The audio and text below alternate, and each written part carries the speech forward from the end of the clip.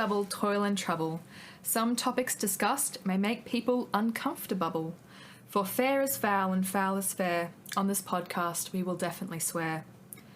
A lot. Now round the cauldron go, trigger warnings listed in the notes below. Thrice and once the hedge pig whined, the cocktails cry, it's time, it's time. By the pricking of my thumbs, something wicked this way comes. Maiden, mother, crone. Plot twist, we're all the crone.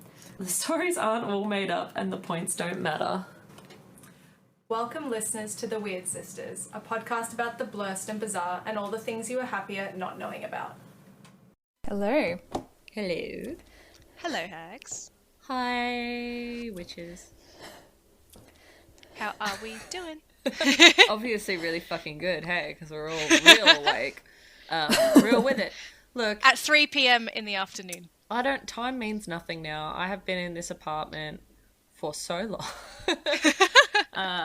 Because I'm being smart and I am self-isolating like we Flatten probably that curve. mostly should. Exactly, flatten that curve. Yeah, don't need no dangerous curves in here today. Mm-mm. How are we all? Mm-mm.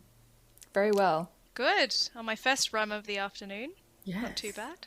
I'm on gin. I'm doing a whiskey liqueur. Nice. Stunning. Mm-hmm. Cheers. Fancy. Cheers, girls.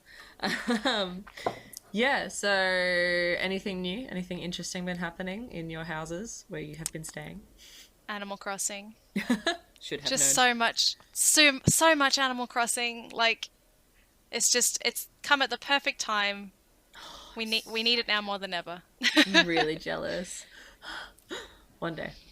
I've been doing some world building for a new novel. Oh, fuck yeah, productive. Productive, yeah. I love it. Feeling it. Love a world Very building. into it. I have literally been running back and forth between the hospital and a hotel room that I was isolated to with my nanny because my granddad came off one of the cruise ships that docked in Melbourne recently. Not the Ruby Princess, where all the people had cases of COVID-19. The other one. So, The other one. The other one. So, yeah, that's all I've been doing. But we should introduce ourselves. Yes. I am a tea kettle with too many teeth. Lacey. Oh, I like it. I love it. Beautiful. Uh, Beautiful. My name is Tay, and I am a D-class personnel who's been given too many amnesics. You're going to get Too fed many. to something. I have things that happened to you in my story today. Oh, we love a bit of D-class fodder. And I am Laura. I am SPC 087. I am the stairs that lead to nowhere. Deep. Edgy. Deep. Yeah, I'm an edgelord. You may have guessed, possibly, that we have a theme. Hell yeah. As Mate, we do every episode. I mean, Yes. like, yeah, sometimes, actually, or every time. We have someone to shout out, though, because we were gifted this idea by someone from our YouTube channel. The Final Gamer, thank you so much. We took your advice. We decided to do SPCs, because Tay and I are little fucking internet nerds and love SPCs, and Lacey didn't actually know much about them, so she had a great time, too. We do an SCPs. Woo! Yes. I'm so excited. Sorry, I'm just like bouncing up and down in my chair. I'm just like, yes, yes, yes, yes. I love it, yeah. I fucking love SCPs, dude. Oh, they're fucking sick. We should also look at doing a creepypasta episode one Oh, day. I am super into that because creepypastas are like, they're so much sillier. Oh, I know. Not that there's SCPs that aren't silly, there's plenty of silly ones, but creepypastas are so fucking silly. And when I was like young, I was just like, oh my god, my copy of Ocarina of Time is so haunted, there is such a ghost in there, I'm going to die. Ah!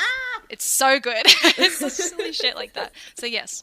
I love it. No, yeah, 100%. I'm all about, like, because we grew up in the golden age of the internet, in the early 2000s, late 90s, where, you know, every webpage was haunted in its own special way.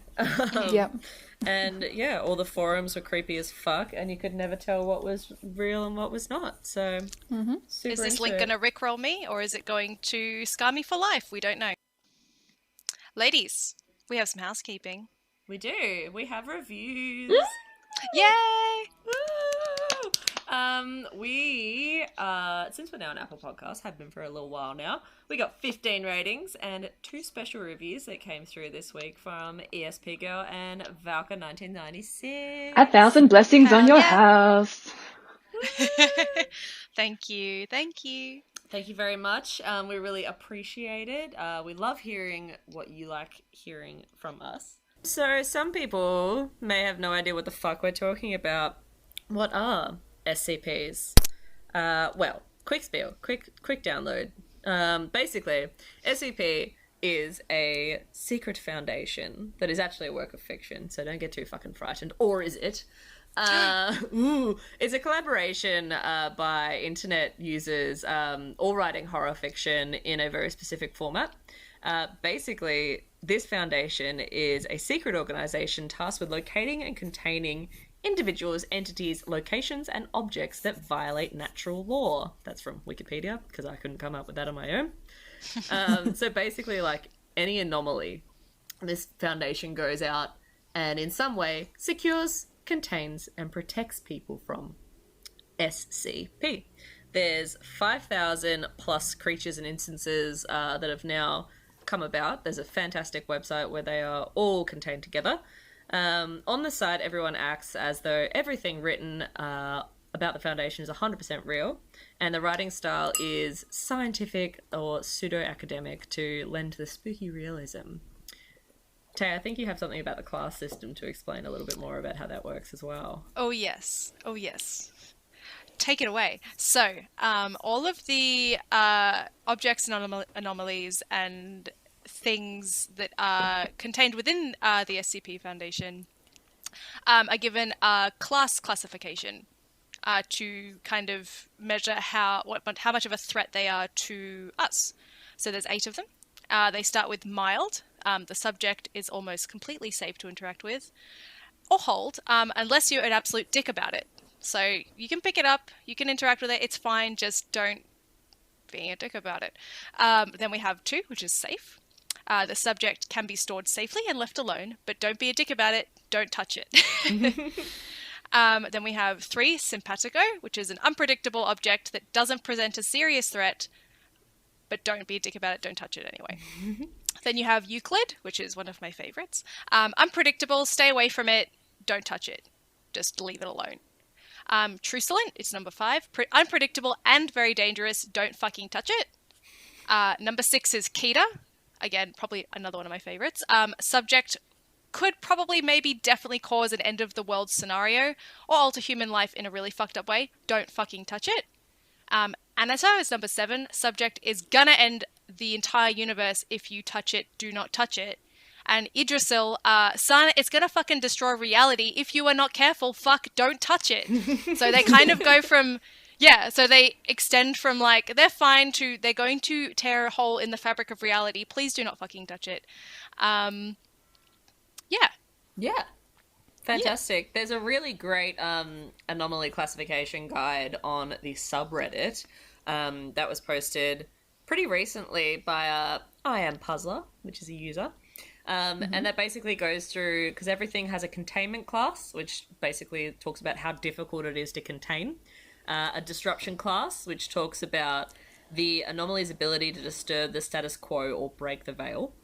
A risk class, which is very similar to what Tay just mentioned there about the severity of its effects on an individual person or persons and how you can recover from them. So, like, death is obviously not recoverable from, but some anomalies may only be able to mess with your mind while you're within radius of it, for example. And then also it has a secondary class, which only comes from the esoteric containment class, which basically means that there's no way of containing it, or there is simply no understanding of how it possibly could be contained. And that has a bunch of different classes as well, from like Apollyon, uncontainable and world-ending, to Tiamat, which can be contained through warfare or something like that. So it's intense. There's like a lot of information on this. It's been going for quite a few years, and it's super cool. It's fantastic to deep dive. I recommend if you can't sleep and you've just been like, you're wired and you're like, I need to wind down, read a couple of these, because a bunch of them will link to another one. So there's like one SCP you read about and it's like, oh, SCP 0.0325 a million is like, oh, we used this SCP on this SCP to see what the effects would do and if we could contain it by that. And then you have links to other SCPs and then you just keep going off and it's like a massive web and it's just a great hole to get lost in. It's fantastic. 100%. I Yes. love it. It's so good. Some of them are very dumb. Oh, Because some of them are really dumb. so dumb. Yeah. Just anyone can Some of them are very contribute, quite- and yeah. they get rated. So the better they are rated, the more likely you are to see them on the website. And the worse the rated they are, the more likely that they'll just disappear into oblivion of the many, many entries that are online. There's something that like sort of helped me understand a little bit better. This is very basic breakdown of Euclid, Keter, and Thalmor, as those are the ones that tend to pop up the most for how something is classed. It's called the locked box test. I don't know if you've heard of that, either of you guys. I actually haven't. Please Oh, inform no. us. It's really cute. Go Like ahead. it really, because it's cemented in my head how it works.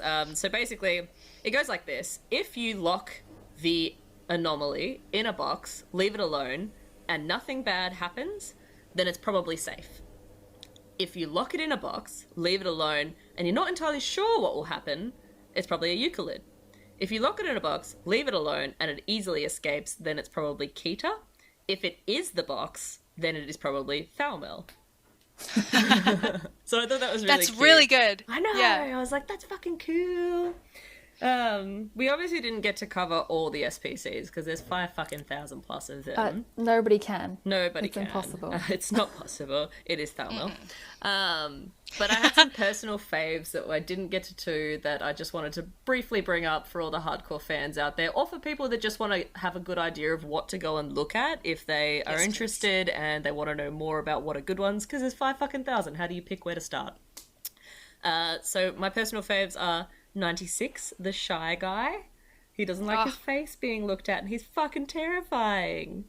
There's also the one I mentioned at the start, the Stairwell to Nowhere. That's 087. And then 093, the Red Sea object, which is fucking wild. It's a stone disc that basically opens like portals into alternate universes with terrifying, massive humanoid creatures with no faces and nothing below their torso. It's just like torn off floaty dudes. Fucking wild. Awesome. I've got a couple. Tell. Just because I have so many favorites. So the coffee machine is one of my favorites. It's very silly, but it's also pretty fucked up. It's very dark humor. I highly recommend that one. You do not recognize the bodies in the water. It's got an interactive entry. It's not just text. That's cool. Very, very fun. And you can't go wrong with a bit of haunted IKEA. Oh, fuck no. Brilliant. There's one that And, I found... yeah. Oh, sorry, no, you keep going. I was just I was kidding. going to say, and just for the last one, just the flesh that hates is very fucked up. So cool! And I will give a shout out to a podcast later, because I use it as a source, that has a fantastic reading of The Flesh That Hates, and I highly recommend you listen to it in the dark with just a pair of headphones. It's very, very good. I used to watch a lot of SCP YouTube videos when I was getting ready in the morning for work, and it would be like the middle of winter and pitch black, except for my little light on in the bathroom, and just being alone and having someone with a fucking suitably creepy voice reading this shit out over a very low-pitched, like, soundscape. No. You're like, oh, no. Yes, No. it's so good. Horrible. No. Horrible. Did you have any favourites you saw on your research, Lacey? Sorry, I was too busy drinking my gin. Oh, of course you fucking were. It's allowed. I shall take a sip of rum as you tell I us. haven't got any favourites as of yet because I haven't deep dived as like far into it as you guys have. We're nerds with nothing but time on our hands, so, you know. But the one I found I thought was pretty cool. I liked it a lot. It's very my aesthetic as well. I'm excited. Stunning. Tell us about it. Please tell us about it. Okay, so I have written a little piece about it Ooh. Ooh. because I had a lot of time. All right, so ladies, Yes. role play time. We're in. It is a Let me get a blistering- D20. Fucking It is a nerd. blistering hot day, and you are an intern on the TV series Ghost Adventures. You've been sent to the local truck stop to grab some sodas for the team. You walk into the store. It's much cooler than outside, but you can still smell the sweat from beneath the fat folds of the grizzled cashier as you walked past. He grunts in greeting and looks at your tits. I have none. Still nice to look. Still nice to look. Free to look, free to look. You quickly walk to the back of the store, to the fridges that line the back wall. You know it's wasteful, but you open a fridge door and stand in its glorious icy blast while you decide what to get. The regulars are there, Coke, Pepsi, Mountain Dew, but your eyes are drawn to a drink that you've never seen before. A line of blue cans called Diet Ghost. Perfect, you think, as you grab them all. Huh. Okay. Back at set, everyone thinks it's hilarious and are even talking about brand sponsorship as they crack them open. You open yours, take a couple of sips. It's refreshing, but not as sweet as you wanted it to be. You put the can down without finishing it and start setting up a camera. Someone is standing beside you, but when you look up, nobody is there. You go back to the camera, but you feel them still standing beside you, except this time you hear your name whispered hot and breathy in your ear. Oh, I just got chills down my back. You look around for the source, but you are standing alone. A little freaked out, you go back towards set, but something follows you close behind. The set is deserted, blue cans litter the ground. You hear crying coming from the green room trailer. You open the trailer door to find Karen, the AD, huddled in the corner. She stinks of urine and blood from her nose streams into her open mouth.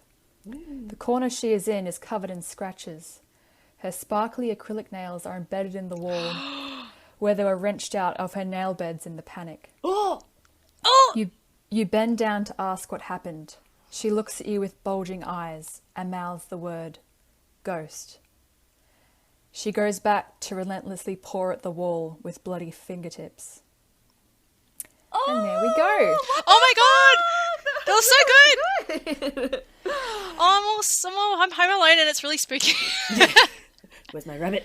So that was my nice little chill intro to Yes, please. SCP-2107, That was Diet awesome. Ghost. I've never heard of this one. See, this is there's so many fucking entries that like I think I know them like a heap of I know nothing. Yeah. Yeah, you think Please you know tell all us. the best ones, then you're like, no, there's so fucking many. You can't. It's impossible. So once I found this one, I was like, oh, yes, it's so weird, but so creepy. So the object class is Euclid. So Diet Ghost is a can of soft drink or soda pop that appears in vending machines or in soft drink fridges at convenience stores and supermarkets every once in a while. The SCP takes up the appearance of a royal blue can with the name Diet Ghost and the tagline, "Scare your thirst," written on the side. Sometimes it'll have a little sticker with the text saying, "Made with natural ghosts." So after you crack the can, within 3 to 7 minutes of ingestion, you begin to experience paranormal activity and the feeling of being haunted, such as being followed, electrical interference, seeing like shadow people, hallucinations in your peripheral vision, hearing voices, that kind of thing. Fuck. The effect continues until SPC-2107, with the age of digestion, breaks down in your body approximately 1 to 3 hours after ingestion. So it's like a Research- high. Yeah. Yeah, but it's ghosts, so Not fun. A low. yeah. Research has confirmed that the intensity of the haunting effect is contingent on how much Diet Ghost you consume. So the more you drink, the more haunted you become. And there have been several instances where people have been haunted to death. Ooh, No So they fucking did- way. good shit. They did some human trials on subjects, ingesting various quantities of Diet Ghosts and then revealing the results, like what happened to them. So one subject drank 30 ml, reported hearing voices, her name spoken softly, shadowy figures at the edges of her vision, and flickering lights within the containment chamber that was not corroborated by the recorded footage. Fuck, so that's like a shot. Subject described described the taste of SCP-2107 as bland but refreshing. So at 90 mil, the subject experienced bleeding from the nose. Recording equipment was like messed with. The bleeding continued for an hour. Lots of nausea, lots of hallucinations. At 150, the subject reported the feeling of being lifted off the ground during this effect. Yep. As well as bleeding from the nose. And then at 270 mil, all electronics within a 10-meter radius failed for approximately 17 seconds. When the power returned, the subject had fallen to the ground unconscious and the trial was ended. Personnel entered the containment cell and confirmed that the subject had expired. Upon autopsy, the subject's body was found to be void of all major organs. No incision marks or trauma were present. Snatched all their goo. Yes. That's fucking wild. What That's the hell? really, really good. Some people are So, creative. I love it. so how Diet Ghost was discovered, the initial discovery occurred on the 13th of the 5th, 2012. Fuck you, American months and days. When 7 cans of Diet Ghost were purchased by Foundation personnel at a local supermarket for the purpose of stocking up the staff room vending machine. It's really good. At arrival at the Foundation, the partial remains of a Foundation staff member were found inside the company van next to 2 empty cans of Diet Ghost. Oh, God. According to the witnesses, the deceased staff member was alone for no longer than 5 minutes. Holy Fuck. fuck. So at all points where these cans pop up, the employees have never seen them before, have no prior knowledge of the product's existence, and there's no inventory records for them. So the product and distribution of it is under investigation. So So those we fucking don't gas know. stations are making free money. They're making free money. Blood money. Now, there has been a new packaging variant in recent years. A shiny. So you get different stickers. Some of them says 100% more spooky, scarisfaction guaranteed, and your old favorite is back. I think the best one is from the makers of Ghost. So if this is the diet version, what does the full fat version Oh my God. involve? And there hasn't been, nobody's found a can of Ghost. There's only Diet Ghost has been found. Oh. Health conscious. The containment procedures for Diet Ghost is to be put in a refrigerated unit, especially in advance of experimental trials. And that is Diet Ghost, SPC 2107. That was Amazing. sick. What a cool I one to pick. Loved it. It's very you, you're right. It's very, very you.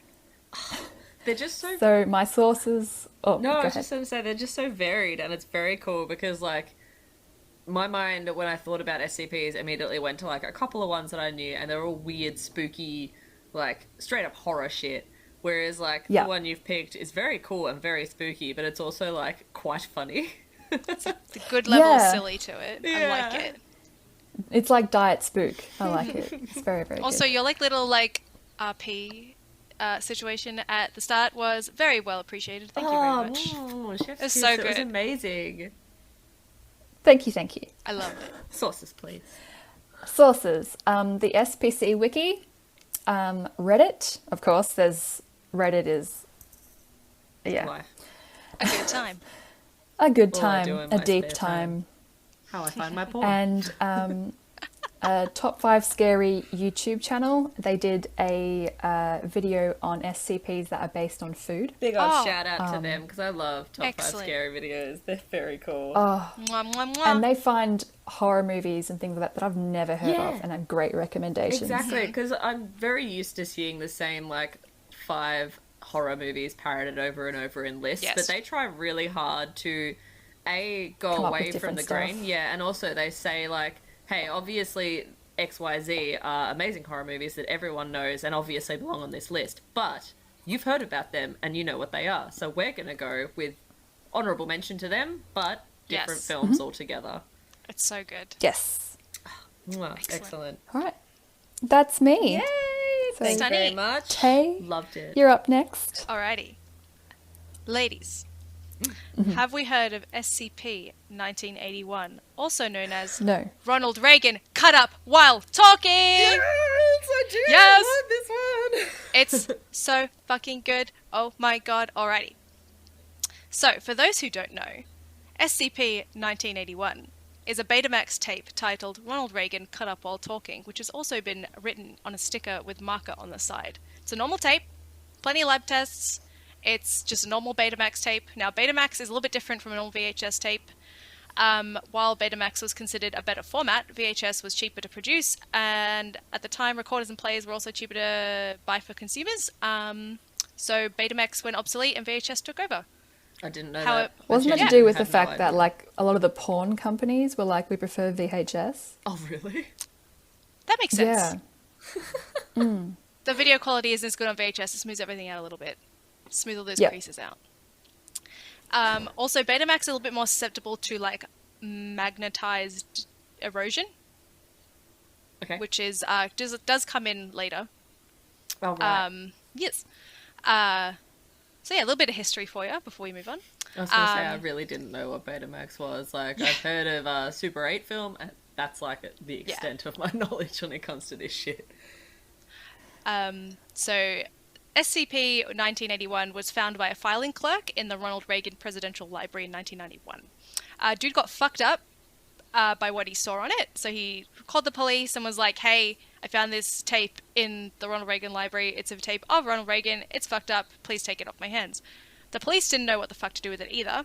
So they started an investigation to find out who produced the tape so they could stick them with an obscenity charge. Oh. Yeah. So while this was all going on, the Foundation was notified and they were like, hold up, we're going to take it from here. And they acquired the tape.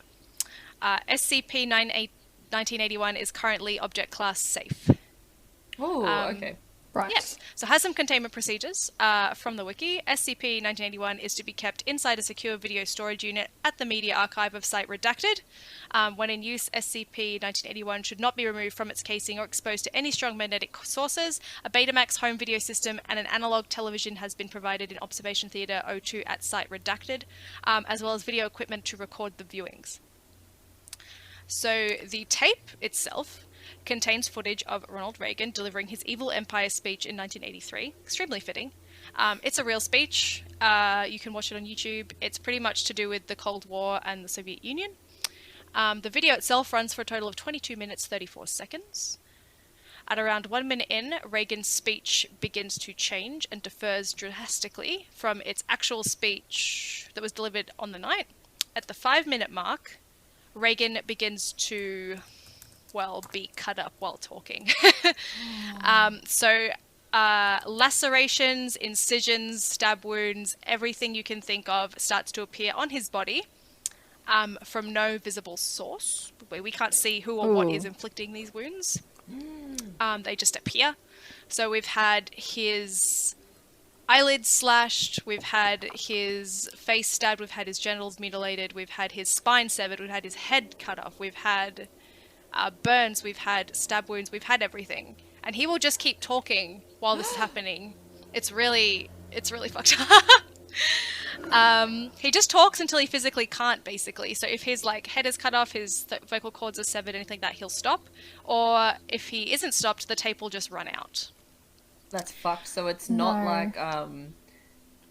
like someone's just adding it post and he's still talking in the background.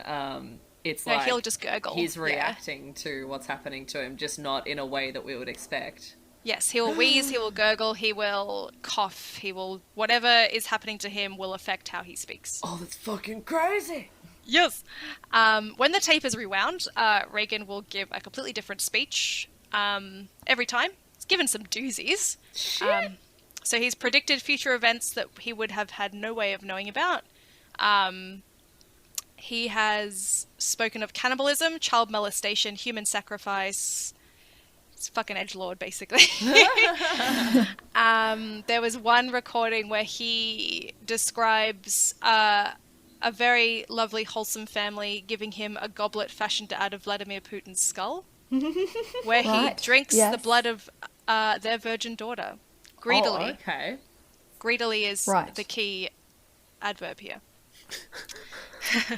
In a number of recordings, a hooded figure can be seen standing amongst Reagan's entourage. This is an entity known as SCP 1981-1.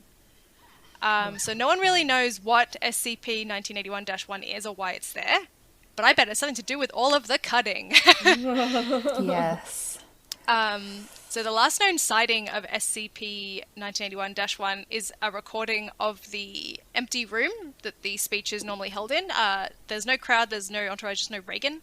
The entity is standing at the podium. He doesn't move or speak for the entire 22 minutes, 34 seconds, and then the tape cuts to a black screen with the words, "I see you," before ending. No. And that was the Not last okay. time it was seen. Yeah, I The don't entity. like it. I don't No. fucking like it. I don't like it either. No. So Reagan was alive when the tape was discovered, and the government wasn't happy about it.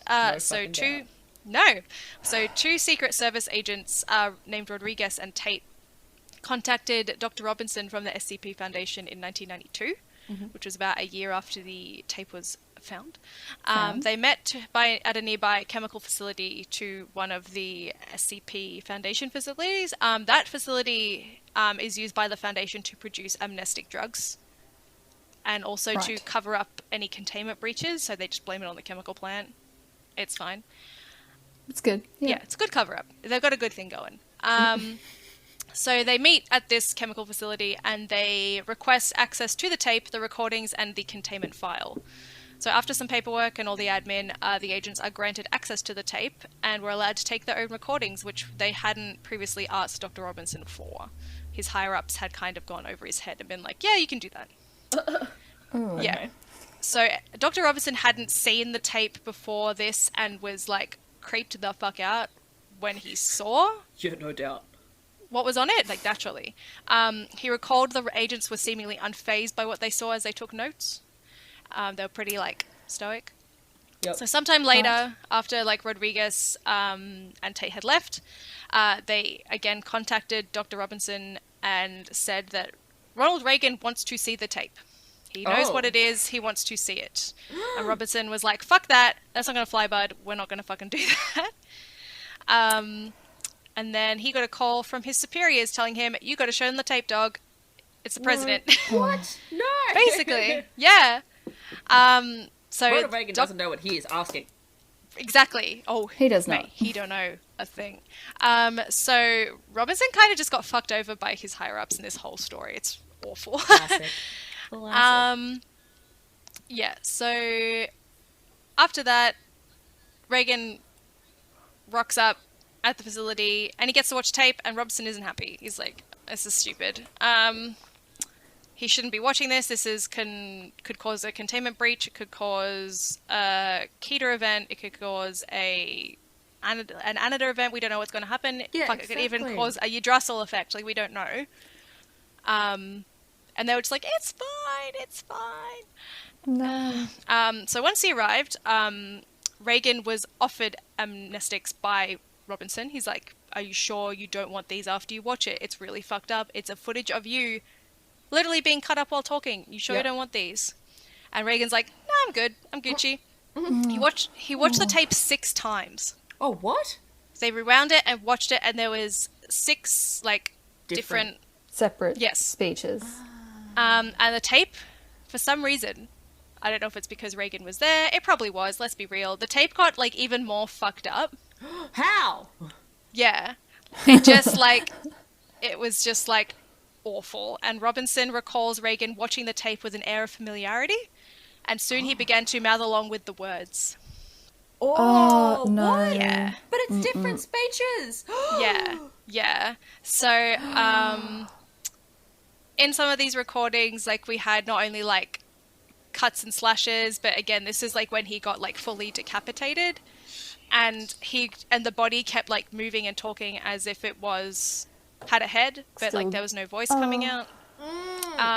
It's described as like the head being like hacked away and the spine snapping, and the head is hanging by like sinew and tissue, and then it kind of just tears and falls, and then the spine gets like ripped out of the body, like Mortal Kombat style. Holy fuck. Fatality. Yeah, so it's getting deeper, dog. During one of the recordings, Reagan in the tape says, "Please don't hurt me. I want to go home." Oh. Yeah. Afterwards, after all of the recordings and all the bits, Reagan is again offered amnestics. He is refused again. And then sometime later, the chemical facility near the Foundation is broken into. A large quantity of amnestics is stolen, and several groundskeepers and guards are killed. Oh, what? Security footage shows Rodriguez and Tate as the culprits. Robinson recognized them immediately, and then they kind of followed a paper trail of like credit purchases to LA from where the Foundation facility is, because that is classified. So they jump on a plane, they follow them over there, and they follow the pair to, I want to say Bel Air is where the Reagan estate was in the story. Okay. But they've pretty much found Rodriguez and Tate in the estate, and Reagan was also there, and he had gone catatonic for he had overdosed on amnestics. Yeah, so he survived. He suffered extreme memory loss and loss of many of his motor skills. He was later like deemed to have Alzheimer's. Like that was the cover up. They're like, he has Alzheimer's. We're going to withdraw him from the public eye. He's going to live out the rest of his days in care. Basically, that was the Foundation story. Rodriguez said that Reagan had begun to behave in a bizarre manner, and had started rewatching the tapes they had taken of the original for hours at a time every day. Oh, that's and he so had creepy. begun repeating lines from the tapes, speaking in the same cadence. He had made several questionable financial investments, tried to order the assassination of not only a civil rights lawyer, a 15-year-old high school student in Norway, and the 4-year-old daughter of an investment banker in New York. JD just came and fucking crouched down next to me, and I didn't hear him coming because he was so quiet. I just jumped out of my fucking skin. It scared the Spooky. shit out of me. You have me Assassin. spooked. You have me spooked. Stop dancing at me. Oh, that's so scary. Fuck, can that's picture why it. I love these ones that incorporate like history into it, and Yes. like, oh, so confirmed. Ronald Reagan is a fucking monster. Yeah. It really does kind of cement it a bit more in like our own reality. It's really fun. It really does. So Rodriguez had admitted to robbing the chemical plant and being like, I'm the one who gave him the amnestics. He delivered a dangerously high level of amnestics to stop Reagan from harming himself or anyone else. Yes. And that is the story of SCP 1981. Fuck, that was so Very fucking good, my scary. dude. Yeah, so you can see screen grabs from the tape on the SCP Wiki, and I believe there may be a video of it too. I Please, will hunt that down. 100% put it on Instagram and Facebook, because that I will. will be wild. It's very Absolutely good. Wild. Oh Alright, my so god. yeah. So sources. We've got SCP Archives Podcast, which is what the podcast I'd mentioned earlier. It's produced by Bloody Disgusting. It is an excellent source for listening to SCP entries. So if you don't... Some of them are quite long. Yeah. This one was very short, but some of them are quite long. If you want to have an immersive experience in the stories, I highly recommend SCP Archives. It's on Spotify, it's on Apple Podcasts, it's everywhere. It's amazing the way they produce it. They add Foley design, they have voice actors, like it's so good. Again, listen with headphones in the dark. The Flesh That Hates is excellent. This one is on there. They have readings of all the video transcripts. You can hear all the cutting and the slicing. It's excellent. Highly recommend. Thank you, Bloody Disgusting. I also have SCP Wiki and the SCP Reddit as my I'm going sources. to need you to send me that podcast when we're done, because I definitely I'm will. going to need to spook myself out some more while I'm just hanging out in my house doing fucking nothing. It's so good. Excellent. Love it. That was fucking really cool. I liked it a lot. I like that a lot. Thank you. So spooky. Yes. Some of them are very, very good. Whoever genius comes up with them is so good at creating dread. Some of them go too far. Some of them become edgy and cheesy, and I just think they're fucking lame. Yes. Like there's, I think it's either the Hanged King or the Red King, and there's another one that someone tried to build off of that. And the original, very cool. The one that they tried to build off of that, because you can add to the Yes. you can add to entries. You don't have to just create your own. Like they're collaborative. So like someone comes up with an idea, and other people can add to it and do crazy shit to it. And sometimes people go way too far, and they just make it lame. But Yes. that one was mint, perfect. Wonderful. Actually, they do mention the Hanged King in one of the transcripts in this one. Ooh. So, yeah, there's a handful of transcripts on the SCP Wiki. The extra part with Robinson and the agents is actually... I don't know if it's exclusive to the podcast episode, but I couldn't find it written anywhere, but it is part of the entire narrative. Yep. And there is a transcript in the podcast where they mention the Hanged King. So I love the cool. Hanged King. Yeah. But I thought I'd give him a miss because, again, much like top 5 scary videos, everyone knows the Hanged King. There's other ones we can deep dive into. Exactly. Yes. Yes. I love it. I mean, there's enough material there, so maybe if you guys like this SPC episode, maybe we'll do this again sometime. Please. I guess that leaves me, eh? Yeah. Yes. Mine, good old Aussie coming out. Mine may be something that you guys know already, and maybe our audience knows it as well. SCP 3000, also known as the World Ender or Anatashesha. Yeah. Yeah, Yes. Never heard of it. Keen. very keen. Very keen. This one I really love. I think it's very fucking cool. So basically we have an object class of Thamiel. It's a creature utilized to help the Foundation in securing, containing, or protecting the public in some way. Not necessarily it's a good creature, but they can utilize it. So it's considered one of the entities that the Foundation is aware of that is potentially godlike. It is a massive aquatic serpentine entity strongly resembling a giant moray eel. It is 600 to 900 kilometers long, and its head is 2.5 meters in diameter, but it's impossible to know the actual entity's precise size. So she fucking big, real big. I love how big it is. Fuck, that's know. good. And Just there's- these Oh, sorry.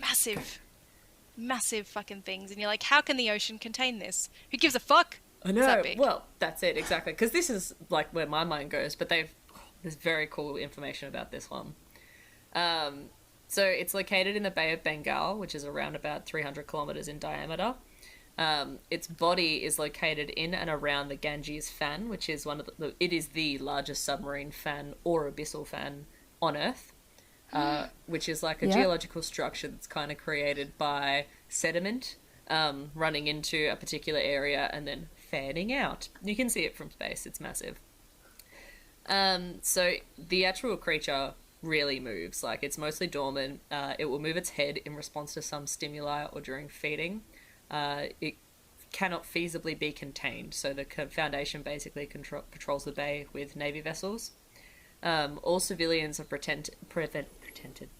All civilians are prevented from deep-sea exploration or diving in the area, and any individuals suspected of being affected by SCP-3000 are processed, and if found to be affected, get put in a containment indefinitely. Basically, Ooh. like we are now, we are in containment indefinitely. Are we Oh SCPs? god. We are SCPs. Ooh. So basically, this thing was discovered really late, like 1971. Would have expected much earlier than that. When 15 fishermen from Bangladesh went missing over two different fishing boats. Foundation researchers found similarities between those lost boats that were never recovered and a similar incident that had happened 2 years earlier. They investigated and discovered an unknown, previously undiscovered mass deep below the surface of the bay.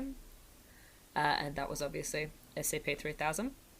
It is classified as carnivorous, though it doesn't actually appear to require sustenance. And there's some fucking wild shit that comes up about that later. But very little is known about its biological functions. It is capable of moving, and it can move very quickly to chase prey. Whenever it does consume something, it excretes a viscous dark grey substance classified as Y909. So even its shit is not good for us. Yeah, exactly. It doesn't come out of its ass, because they don't know Cool. where that is, for a start. But basically, it excretes it from the skin around its head. Oh.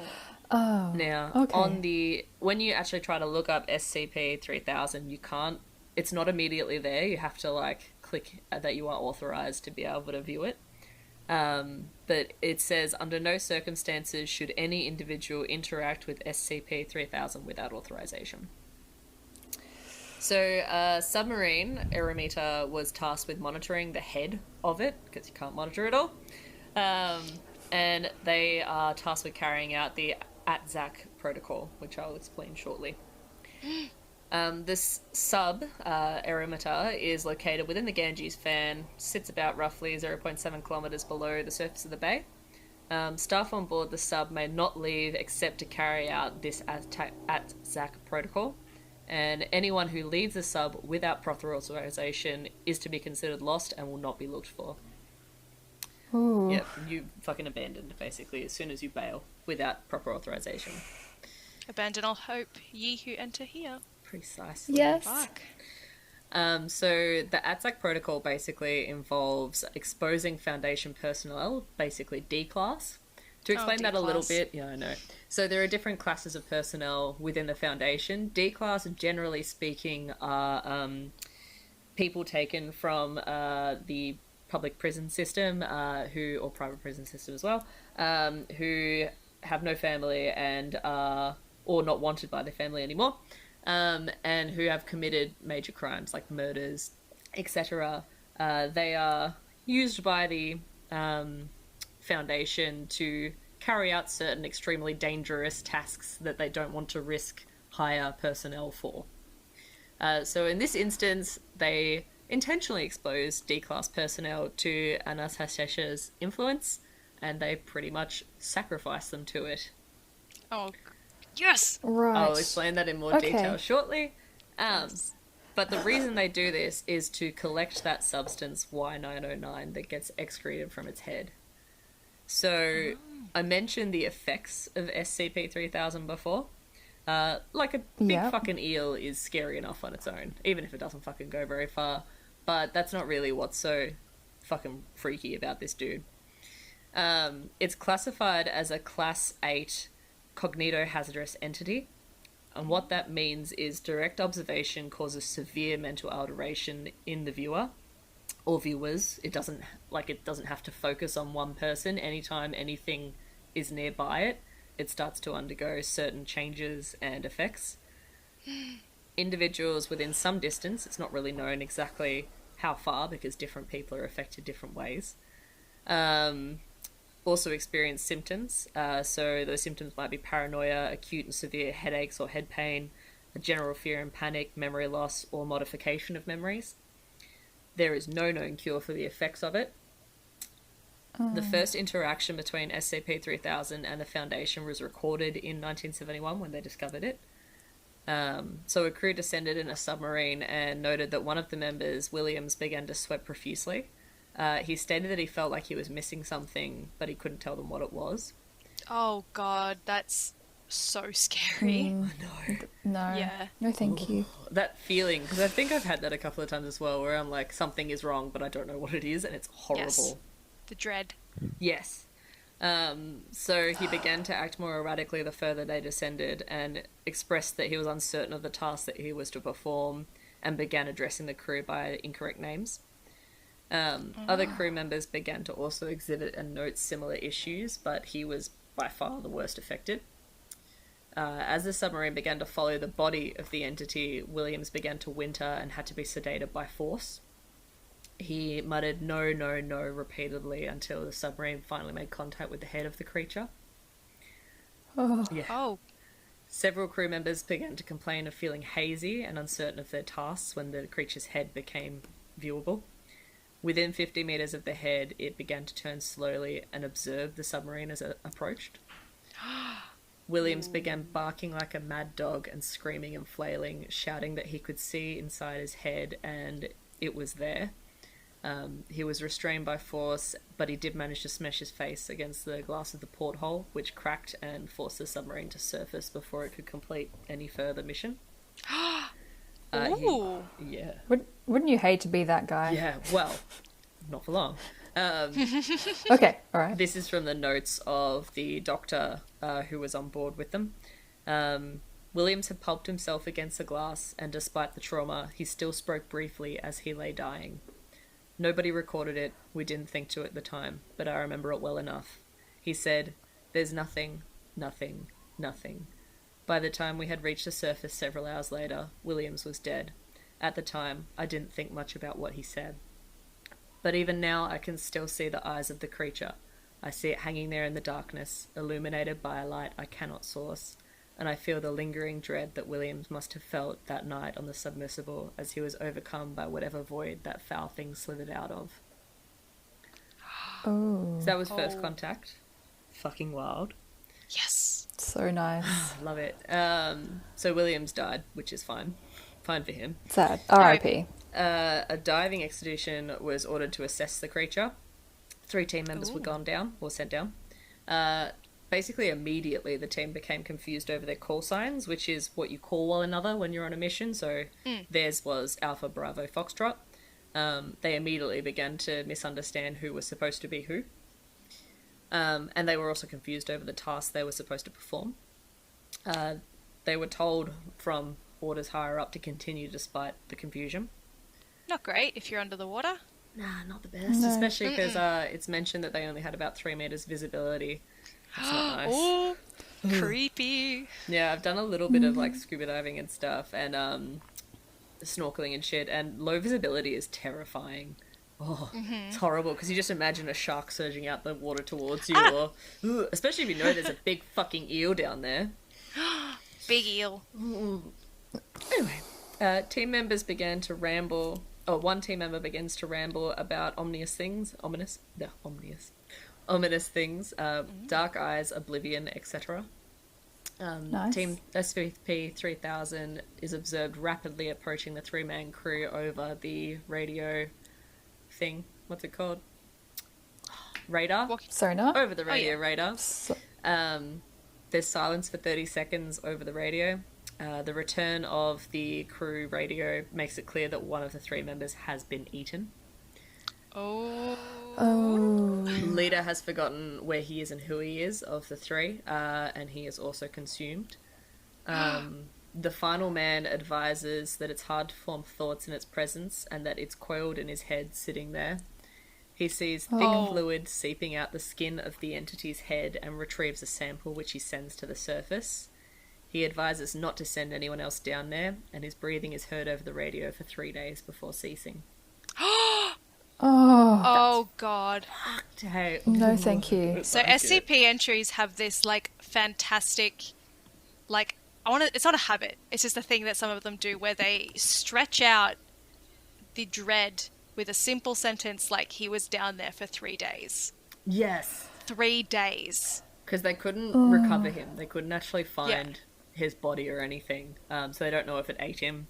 They don't know if he just fucking hung around down there. 3 days. Yeah. You're not able to survive 3 days underwater, no matter how big your oxygen tank is. So, like, what the fuck? Why could they hear him breathing for 3 fucking days? Was it keeping him alive? We don't know. Was he even still breathing? Like, Was it parroting? what was it? Oh my god, it's so good. No, thank you. Wow. No. I'm also just staring at photos of it on Google Images while you read this, and it's really, really spooky, and I like it. I picked my favourite ones to share on our Insta because Beautiful. it's amazing. Some people are so fucking talented at drawing shit. I love it.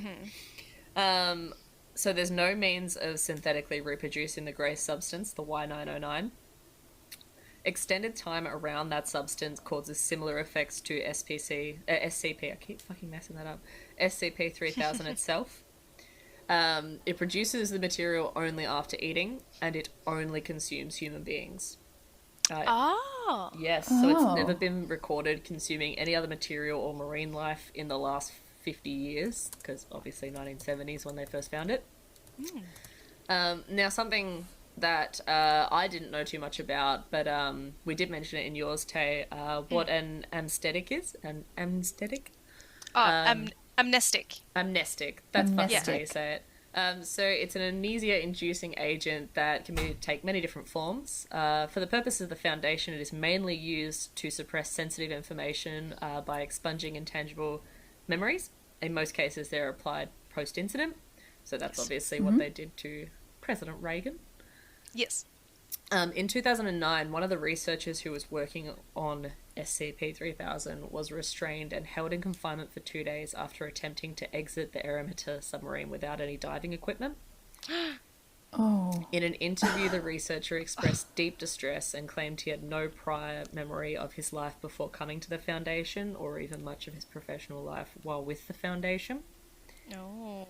He said he believed SCP-3000 to be a god, Anatashesha, which is a six-headed serpent in the Hindu religion that exists across all of time and beyond it. The researcher's confinement was ordered to be lifted.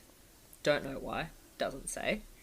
But this is while he's still on the submarine, the Eremita. So he immediately approached the aft airlock and stood there for 3 hours. SCP-3000 is confirmed to have begun approaching the submarine upon his release, and as soon as he approached the airlock. The researchers noted as having been weeping. After putting on a diving suit, the researcher exits the airlock and hangs in the water behind the Eremita. Audio from the researcher's dive suit is recorded as saying, "I was wrong," he sobs, "God save me, it's not." And then he was eaten. Okay. Right. Fucking wild. Oh my god. Yeah. So I mentioned earlier that there's something fucking wild about its biology and bodily functions. Yes. So they've done radiographs from above to try and figure out what the fuck it's composed of. Like, does it have organs, regular ones, what's inside it, etc. They did see what was inside it. It's discovered to be filled with dead human bodies. Yes, and it's so long. It's so long and wide and big, and it's full of bodies. Yup. So Yes. some of the discussions about it that I saw online are like, well, it's obviously not breaking them down. And maybe it's getting bigger every time it consumes more bodies. So if it's 900 kilometers long, how fucking long has it been here doing this? Oh my god. Yeah. So the entire way through it is just dead humans. Also, just a little, like, I'm just gonna pitch this to the group. What if the bodies aren't dead? Well, yeah, exactly. That was my first thought. I was like, what if they're fucking moving? They're 'Cause- writhing around in there. horrifying. Yeah. That's worse. That's so much No. worse. So the hypothesis put forward is that SCP-3000 consumes human being and shifts out whatever makes them sapient through its skin, and Y909 is the end result. Oh. Very interesting. Oh. They did. I said earlier that there's no way to synthetically reproduce this substance, but they did try. They created something that they deemed cleverly Y919. So 919 initially works as expected when combined with anesthetics. I still can't fucking say it. Say it again for me, Tay. Amnestics. Amnesia? Amnestics. Yeah, amnestics. Amnesia, amnestics. Okay, whenever there's an M and an N together, I'm like, put them together, make them one letter. Yeah. I had to give myself a good coaching session to say it properly I didn't. for a couple minutes.